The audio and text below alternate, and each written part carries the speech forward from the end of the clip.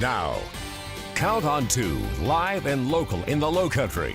This is News 2 at 6. There are many things that we do not know yet, that we are still investigating, but there's one thing that we know, and that is that Heidi Todd is missing.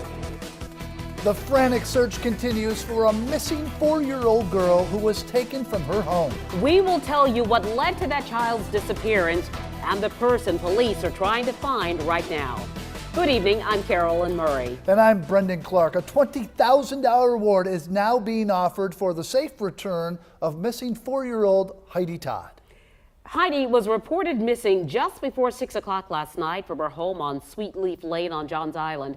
Right now, Charleston police, along with the FBI, are working to bring that child home safely. We have team coverage of the search for Heidi Todd. News 2 Sophia Arizosa, as well as Libba Holland, are both live on Johns Island right now. Yeah, let's talk with Sophia first. Walk us through the last 24 hours, Sophia.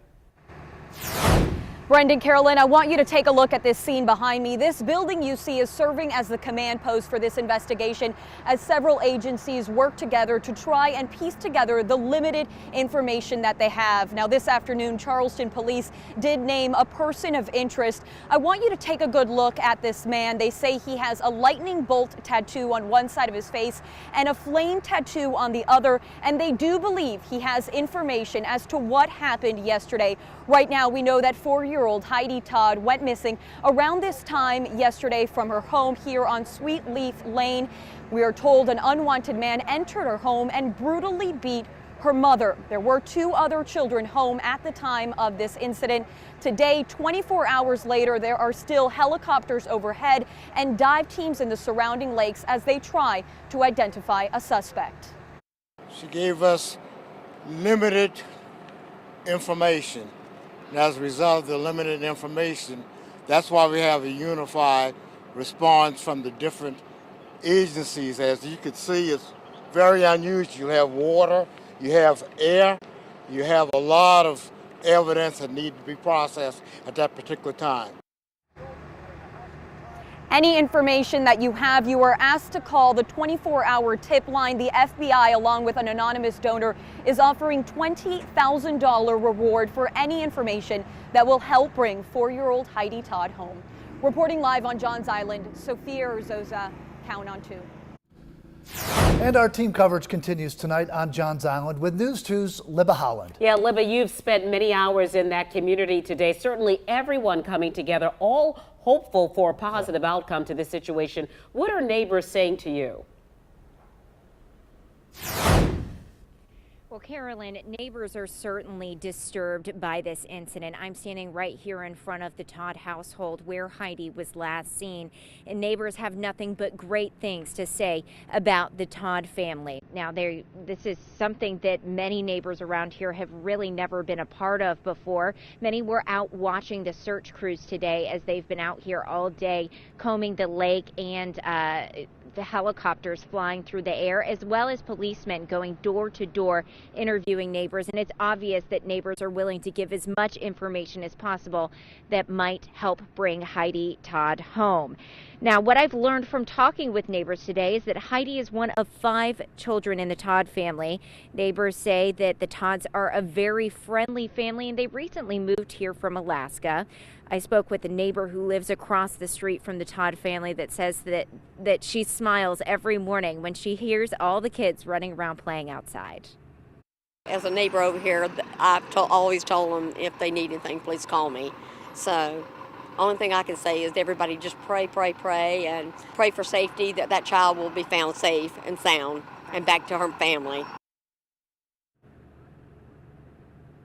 And that sentiment is certainly reflected across this community as many people are praying very hard for the safe return of Heidi, as well as Mayor John Tecklenburg. He says just what neighbors can do now is keep their eyes open and deliver any information they can about where that person of interest or where Heidi Todd might be. We'll keep you covered here all night long. Live on Johns Island, Libba Holland, Count on 2. Thank you, Libba. Happening right now, family, friends, and people throughout the country are gathering to honor Black Lives Matter movement leader Muhyiddin Dabaha. After being fatally shot last Tuesday in New Orleans, his wake is being held at the Charity Missionary Baptist Church. Now, this is surveillance video provided by the Associated Press of DeBaja's final minutes. He is limping and dropping his bike, then stumbling off in New Orleans. DeBaja was later pronounced dead at a local hospital. Community leaders say no one can take his place. Nobody's outspoken like he was, so I don't see anybody taking that role right now. Not at all. DeBaja's wake will take place until 8 o'clock this evening. His funeral arrangements are set for tomorrow at noon at the Royal Missionary Baptist Church. The Storm Team 2 Olympic Forecast. Brought to you by Clekus Law Firm and your local Honda dealers. Well, the big news in Weather Olympics has been those winds. They've been canceling a lot of activities because of the winds, and it doesn't look like they're going anywhere anytime soon. We have a high pressure off to the east and a low pressure off to the west, and that's not only creating those winds, but definitely some cool temperatures and clear conditions. So there's some good news there. No weather worries to talk about over the next couple days. You can see, taking a look at your Thursday forecast, that seems to have disappeared, but I can tell you temperatures will stay in the 20s and 30s all day long. And it doesn't look like a big warm-up's coming anytime soon. Carolyn? Ariel, thank you. Changes are coming to how firefighters are paid. News 2's Dorchester County reporter Stetson Miller reports on how the new system will actually benefit these first responders. The fight to end littering and keep Berkeley County clean. News 2's Berkeley County reporter Raymond Owens has more on this initiative. Sad news to share with you tonight, and it will hit especially hard for those affected by breast cancer. A man who stood out in a sea of pink because of his bravery and because he was also fighting the disease has passed away. We are told by family and friends that our good friend Dennis Smalls passed away this morning. Dennis was diagnosed with breast cancer in 2009. We appreciate his friendship to the breast cancer organizations locally and this station, and certainly I appreciated his personal friendship with me. He will be missed. Next on News 2. A mistake made by her phone company led to a $1,000 bill. In tonight's Call Colette report, we investigate what led to the billing error and tell you what you can do if you need a satisfactory solution. And a reminder about this case. It is one that we are watching very closely. This is a person of interest described in the case of a missing 4-year-old, Heidi Todd.